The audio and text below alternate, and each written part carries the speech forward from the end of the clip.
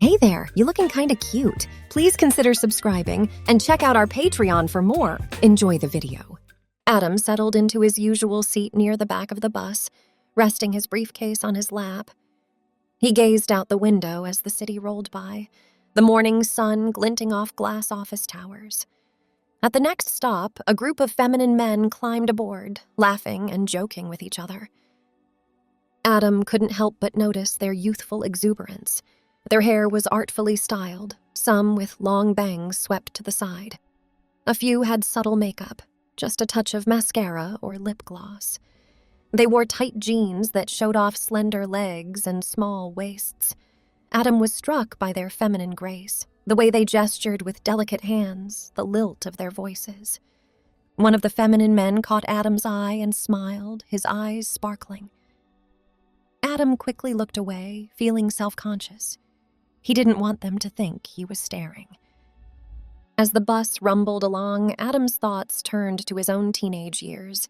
He had gone through a phase of experimenting with makeup and women's clothing.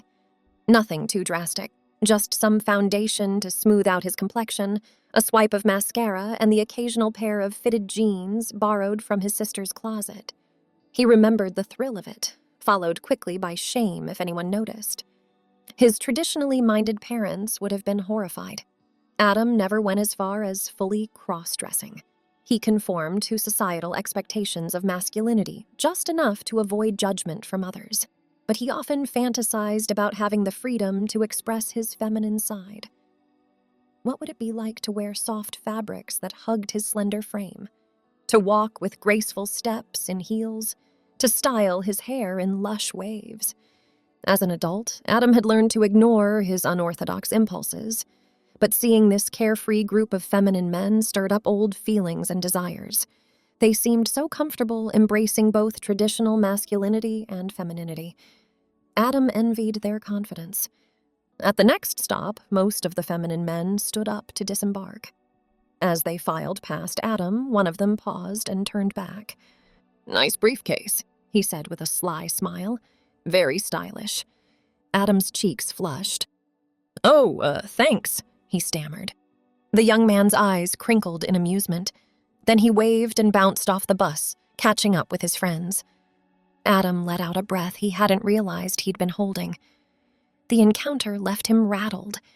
He felt exposed, as if the young man had read his innermost thoughts. For the rest of the bus ride, Adam wrestled with his conflicted emotions.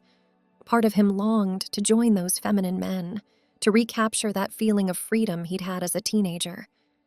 But the larger, more sensible part knew he needed to keep these urges locked away. He had a professional career, a reputation to protect. He couldn't afford to seem strange or off-putting. As the bus reached Adam's stop, he lingered in his seat, reluctant to re-enter the grown-up world of offices and meetings and deadlines. With a small sigh of regret, he stood, smoothed his tie, and walked off the bus. The glass door of his office building loomed large in front of him. Steeling himself, Adam marched through the doors toward the bank of elevators. As the doors slid closed, sealing him inside, he felt the tension ease from his shoulders. He was back in his element now, surrounded by suits and briefcases and muted conversations about business matters. His urges towards self-expression would stay buried here where they belonged. By the end of the workday, Adam had nearly forgotten about the encounter on the bus. But as he rode the bus home that evening, he felt a prickle of anticipation. Would they be there again? He told himself he was being foolish. Even if the feminine men were there, he would simply ignore them. What did he expect to happen anyway? That they would invite him into their group? No. Best to stop daydreaming and maintain a respectable distance. Adam took a seat near the front this time, facing away from the rest of the passengers. He busied himself with emails on his phone, keeping his eyes down. As the bus filled up, a few rowdy voices filtered from the back. Adam's pulse quickened. It was them. He could feel their lively energy, though he refused to turn and look. At the next stop, the feminine men exited the bus in a bubbly throng. As they streamed past Adam, one of them paused next to his seat. Out of the corner of his eye, Adam saw a flash of glittery pink nail polish. "See you around," the young man said in a lilting tone. Then he gracefully sashayed off the bus, leaving a subtle scent of roses in his wake. Adam sat frozen for a moment before letting out the breath he'd been holding. The encounter left him shaken, his carefully constructed poise threatening to unravel. A hot blush crept up his neck as he imagined the reactions of his colleagues if they had witnessed such an interaction. He willed himself to calm down and not read too much into things. It was just an innocuous comment, meaningless small talk. Still, it left him preoccupied for the remainder of the ride home. The next morning, Adam took his usual seat at the back of the bus. He hoped he might see the group of feminine men again, though he wasn't sure if he was ready for another encounter. As the bus filled up, Adam heard their exuberant voices before he saw them. The feminine men crowded onto the bus, laughing and chatting. Adam noticed they seemed even more fashionable today. Bold prints, leather jackets, chunky boots. They filled the back seats, and Adam found himself studying their animated expressions and gestures. He felt that same pang of wistfulness and longing. At the next stop, a group of 3 thick-necked men lumbered onto the bus. They looked to be in their early 20s with close-cropped hair and ripped jeans. As they passed the stylish feminine men in the back, one of them sneered. "Look at these freaks," he said to his friends, loud enough for the whole bus to hear. The feminine men fell silent, shrinking into their seats. "Why do you wear makeup as a guy?" the bully said, reaching out to flick the long hair of the smallest group member. "Where you headed, sweetheart? Going to sing karaoke and do each other's makeup?" His friends guffawed as the young man jerked away, his eyes filling with tears. Adam felt his chest tighten with anger. How dare they attack these feminine men just for being different? He knew he should say something, but a lifetime of blending in held him back. The bullies continued spewing insults, calling the group derogatory names and making lewd jokes. The surrounding passengers looked away uncomfortably, but said nothing. Finally, Adam couldn't hold his tongue any longer. He stood up and fixed the bullies with a stern gaze. "That's enough," he said sharply. "Leave them alone." The bullies turned, looking shocked that someone dared confront them. "Yeah, what are you going to do about it?" the ringleader challenged. Adam stepped into the aisle, using his height to loom over them. "It doesn't matter what I'll do," he said evenly. "These cuties have done nothing to harm you. They're just trying to live their lives in peace." The bullies glanced around nervously as the other passengers watched. "Mind your own business, Grandpa," one of them blustered. But the fight had gone out of them. They got off at the next stop, throwing scowls over their shoulders. As soon as they were gone, the feminine men crowded around Adam thankfully. "That was so brave!" one gushed, grasping Adam's hand. "I can't believe you stood up to them." Adam flushed, embarrassed but also proud of himself. "I'm glad I could help," he said. "No one deserves to be treated that way." One young man with artfully messy brown hair and sharp cheekbones squeezed Adam's arm. "My name's Jared," he said warmly. "Let us buy you a coffee or something as thanks." Adam hesitated. He knew he should make his usual excuses and refuse the invitation. But the earnest gratitude in their eyes crumbled his resolve. "I wish I could, but I have to get to work," he said regretfully.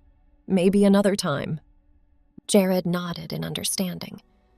"Well, we ride this bus most mornings if you ever want to join us."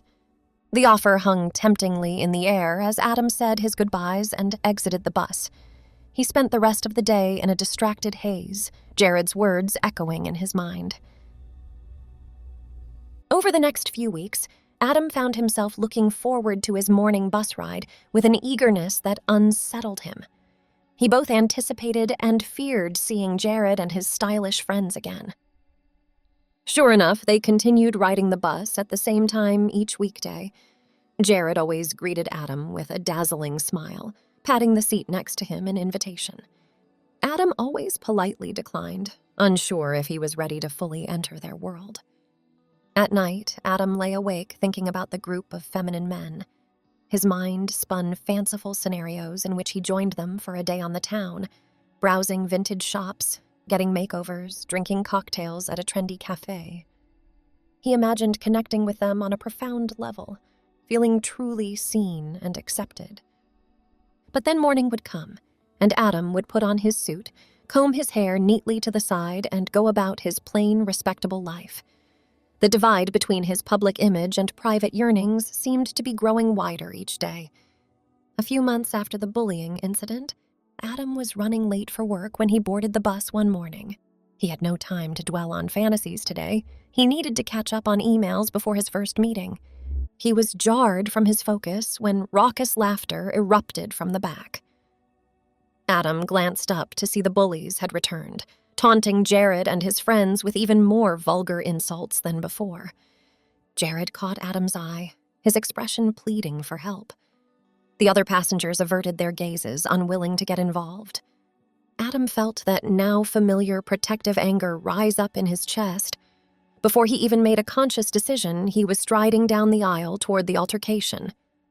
I thought I told you to leave them alone, Adam said sharply, glaring at the ringleader. The bully spun around with a menacing look, getting right in Adam's face. Looks like this old creep wants to be taught a lesson, he spat. Adam refused to back down. It seems you're the ones who need a lesson in basic human decency, he shot back. The two men stared each other down, the bus silent and tense around them. Finally, the bully looked away with a scowl. Whatever, they're not worth it, he muttered to his lackeys. With a few more growled insults, the bullies exited the bus. The stylish, feminine men let out a collective sigh of relief. Jared grasped Adam's hand, his eyes shining. You're our hero, he gushed. Please come out with us today. I won't take no for an answer. Adam hesitated. He knew he should refuse, like always, but the adrenaline pumping through his veins made him reckless. Let me just call my office, he heard himself saying. I'm sure they can manage without me today. Jared grasped Adam's hand firmly as they walked down the busy street.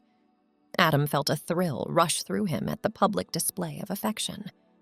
After spending so long hiding his true self, this openness was exhilarating. They turned down a smaller side street and approached a nondescript brick building, sandwiched between a laundromat and a thrift shop. Adam glanced at Jared questioningly. This is our studio, Jared explained with a playful smile. He led Adam through a side door into a spacious room with polished wood floors and floor-to-ceiling mirrors lining the walls. Adam's eyes widened as he took in the sight of the stylish young men from the bus, now dressed in form-fitting dance clothes and ballet shoes. They were gracefully going through bar exercises, extending their lean limbs in stunning lines. "You're dancers!" Adam said in surprise. Ballet dancers, Jared confirmed. "We met at dance school a few years ago. All of us were shunned by our families for pursuing this passion over more masculine hobbies. So we banded together and forged our own little family." Adam watched in awe as the group effortlessly executed grand jetés and pirouettes, their technique honed by years of devotion. He never would have guessed these fashionable bus riders were classically trained dancers. We fund this studio space and our living expenses with my inheritance, Jared explained further. My dear old dad finally came around after cutting me off initially. I think watching me succeed on my own terms softened him up. Jared's eyes darkened for a moment before he smiled brightly again. So now we have the freedom to live as we please. The dancers took a break, gathering around Adam curiously. He suddenly felt self-conscious, this suburban professional in his button-down shirt and slacks. I should let you all get back to practice, he mumbled apologetically. As open-minded as this group was, he still didn't quite fit in. Jared touched his arm, looking concerned. Don't go yet, he implored. We want you here. Adam hesitated, touched by their willingness to accept him so unconditionally, but doubts plagued him. I just feel so out of place, he admitted. You all are so graceful and comfortable with who you are. I've spent my whole life conforming and hiding." Jared nodded sympathetically. "I understand, but you stood up for us against those bullies. That took real courage. You're one of us now, if you want to be." Adam's heart swelled. After a lifetime of restraint, this invitation to embrace his true self was irresistible. "More than anything, I want to be part of your world," he confessed. "Your freedom and self-expression are so alluring to me." Jared's eyes lit up and he clasped Adam's hands eagerly. "Then let me teach you ballet," he offered. "We'll bring out that inner spirit you've kept locked away for so long. What do you say?" The other dancers nodded enthusiastically, gathering around Adam. Their support and acceptance enveloped him like a warm embrace. Adam knew he was standing at a crossroads. He could cling to his familiar life of structure and conformity, or take a leap into the unknown. The decision was made in an instant. "Yes," he breathed, "I want that more than anything." The studio erupted into cheers and excited chatter about preparing for Adam's first lesson. He allowed himself to get swept up in their exuberance, pushing aside any lingering doubts.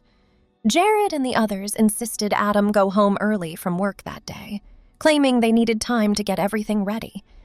Adam couldn't focus the rest of the afternoon, anticipation humming through him. When he arrived at the studio that evening, the dancers greeted him eagerly. Adam gasped when he saw the space had been transformed. Silk ribbons bedecked the walls, candles flickered seductively, and sensual world music played over the speakers. "Your training begins tonight," Jared proclaimed with a coy smile. Adam followed Jared into a small changing area curtained off from the main studio. His heart pounded with nervous excitement as Jared presented him with a shopping bag. "I took the liberty of picking up a few things for your first lesson," Jared said with a playful grin. Adam peered into the bag, his eyes widening at the sight of pink satin and tulle. He carefully lifted out a cream-colored leotard with sheer sleeves, pink tights, and delicate ballet slippers. Jared nodded encouragingly.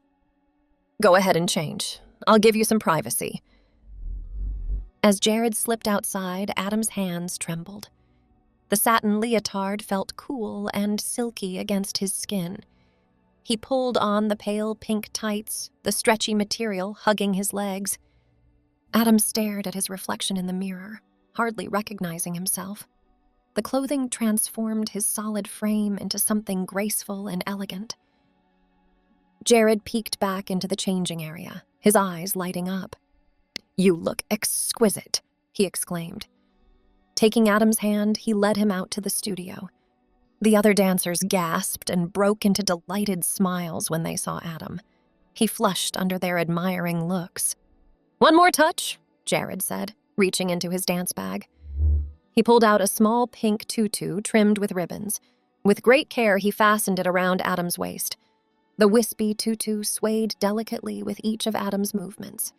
He ran his hands over the layers of tulle, emotions swelling up inside him. After a lifetime of hiding, he finally felt free to embrace his inner femininity. Adam stood awkwardly in the center of the studio, tugging self-consciously at the short, frilly tutu hugging his hips. The pink tulle was soft against his skin, but felt scandalously revealing. Matching ballet slippers encased his feet, the ribbons crisscrossing delicately up his calves. He glanced at his reflection in the mirrored wall and flushed. The outfit's feminine cut accentuated his slender frame and smooth legs. He looked utterly ridiculous. But then Jared stepped up behind him, meeting his gaze in the mirror with an encouraging smile. "You look beautiful," he murmured, giving Adam's shoulders a gentle squeeze. "Now come. It's time for your first lesson." Taking Adam's hand, Jared led him to the ballet bar where the other dancers waited eagerly. Adam gripped the bar with one hand, awkwardly mimicking their graceful postures. At Jared's cue, the piano player began a lilting waltz. Keeping hold of Adam's hand, Jared demonstrated a simple plie sequence. Adam tried to follow along, feeling clumsy and oafish next to Jared's lithe form. But Jared and the others offered only patience and praise, gently correcting Adam's form.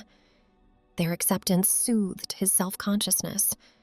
By the end of the lesson, Adam was able to complete the basic moves without too much fumbling. "Excellent work tonight," Jared said, beaming at Adam. "I can already see your inner grace emerging." Adam flushed at the compliment.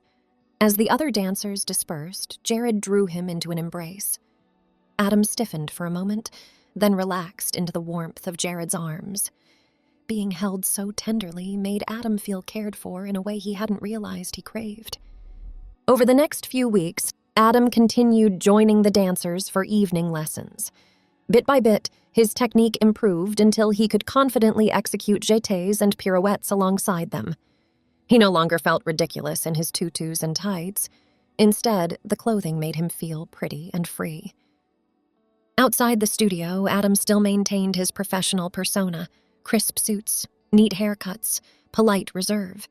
But his heart wasn't in it anymore.